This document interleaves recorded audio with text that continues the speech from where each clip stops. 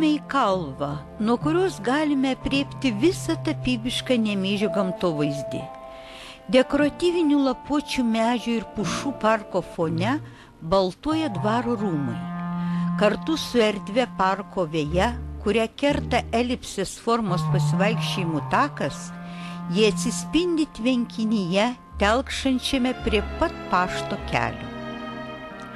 Pirmame plane kalvė, karčiama, malūnas, valstiečių ligoninė ir kaimas išsibarstęs ant gražaus kalno.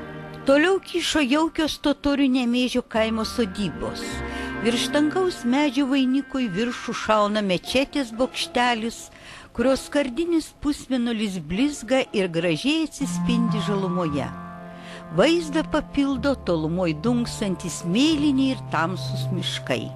Taip rašė apie Nemėžį Vladislavas Sirakomlė 1857 metais, patvirtindamas, kad tuo metu čia buvusi tik totorių gyvenamoji vieta. Iš pradžių gyventojai beveik visi buvo totoriai, praktiškai visi buvo totoriai. Bet prieš antrąjį pasaulinį karą ten jau pradėjo kurtis Baltarusiai, Lenkai. Na ir po antrojo pasaulinio karo įsikūrės ir lietuviai. Ir dabar turiu pasakyti, kad kažkur 50 ant 50% totoriai sudaro ir 50% kitų tautybių gyventojai. Pirmos žinios apie totorius LDK siekia 1320 metus, kuomet totorių būriai atėjo pagelbėti kunigaikščiui Gediminui kovose su kryžiuočiais. Taigi Lietuva minėjo savo vardo tūkstantmetį ir po 10 metų mes galim paminėti totorių pirmo paminėjimo, pirmos sąjungos su LDK didžiuoju kunigaikščiu 700 metų jubiliejų. Taigi solidi data iš tiesų. O istoriografijai priimta manyti, kad totorių įkūrėjas Lietuvos didžioji kunigaikštystėje yra didysis kunigaikštis Vytautas, kuris 1397 metais iš išvykos už Dono atsivedė nemažą būrį totorių, kurios apgyvendino prie Vokės upės. Tai dabar žinomas kaimas 40 totorių, bet dėja neišlikę kaimai Kolnolarai, Kozoklarai, Merešlienai, Melekonis, Afinzievičiai, Liudvinavas. Taigi visas arealas, kuris buvo prie Vokės, jis buvo apgyvendintas labai tankiai totoriais ir funkcija buvo totorių saugoti prieigas prie sostinės. Nemėžiai totoriai atsirado su pirmąja banga, kadangi Nemėžyje buvo didžiojo kunigaikščio Vytauto vasaros rezidencija. Jie buvo kunigaikščio asmens sargyba.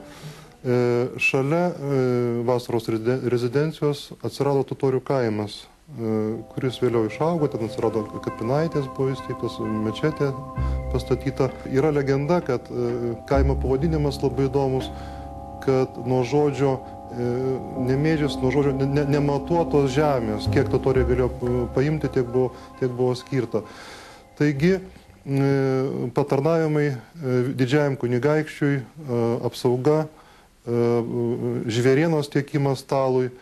Totoriai atsikelia čia Nemėžį 1397 metais. Pirma mečetė buvo pastatyta 1684 metais.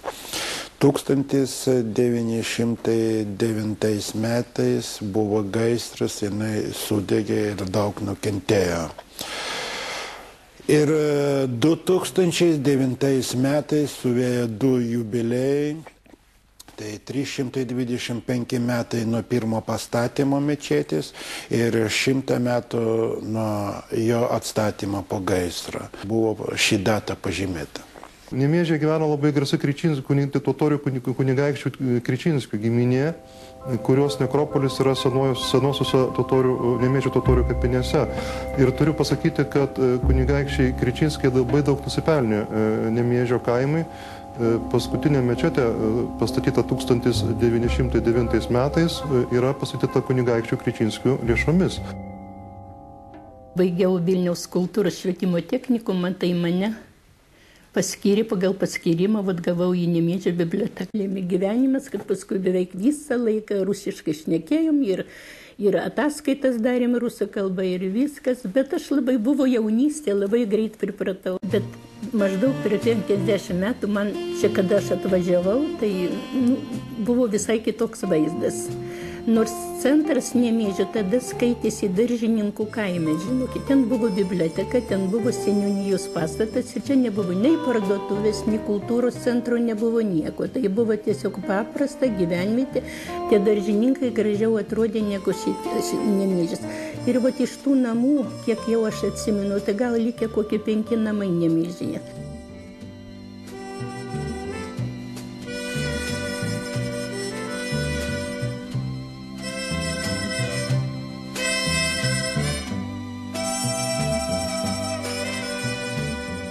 Lietuvoje gyvena apie 4000 totorių. Iš kur totorius Vytautas atsivežė? Daugiausia buvo savanorio migracija, kadangi, kaip žinia, Aukso ordoje keitėsi chanai labai dažnai ir vyko kova dėl sosto, pralaimėjusios partijos turėjo ieškoti prieglobsčio kitose valstybėse, dažniausiai pasirinkdavo LDK. Didysis chanas Tachtomyšas. Jis nuvėjo į Maskvą ir sudegino Maskvą. Po to jis 1397 metais atvyko čia į Lietuvą ir matyt pagal Vytauto kvietimą su savo kariuomenė, su savo šeima, su savo sūnumi. Jo vyriausias sūnus Žaladinas su savo kariuomenė dalyvavo Žalgirio mūšyje. Kitas jo trečias sūnus buvo Hanato valdovas. Ir jo anūkas pirmas Krymo Hanas. Tai jie su Vytautu draugavo, čia kaip pažymė istorija, pagal Duglašą reiškia viskas. Jie kartu žygiodavo į Krymą, į stepius reiškia viskas.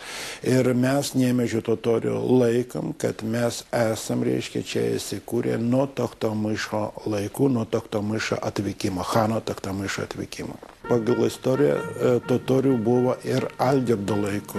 Pats toks aukso amžius totoriams buvo Vytauto, aišku, laikai, Žygimanto Augusto laikai ir karaliaus Stepono Batoro laikai, kuomet į totorius žiūrėta labai pagarbiai, totoriai buvo apdovanoti privilegijomis įvairiomis ir todėl išliko atmintyje, liaudies atmintyje labai gražus prisiminimai apie šios valdovus, pirmiausia, aišku, apie didįjį kunigaikštį Vytautą,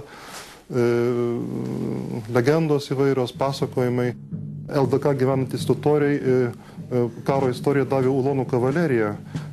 Žodis ulanas Aukso ordoje buvo didiko pavadinimas kaip kunigaikštis. Vėliau totoriai būrėsi į savo gentinės vėliavas, iš pradžių be jokio atlygio, jiems yra priskiriamos žemės ir už šią žemės jie turi išstatyti tam tikrą raitelių skaičių. Na, vėliau apie 15-16 amžių atsiranda totoriai algininkai LDK kariuomenėje, kurie suformuoja 7 vėliavas. Taigi pirmieji pasieniečiai yra Lietuvos totoriai. Prie strateginio kelio kažkada buvo itin svarbi gyvenvietė. Pašto traktas vedė į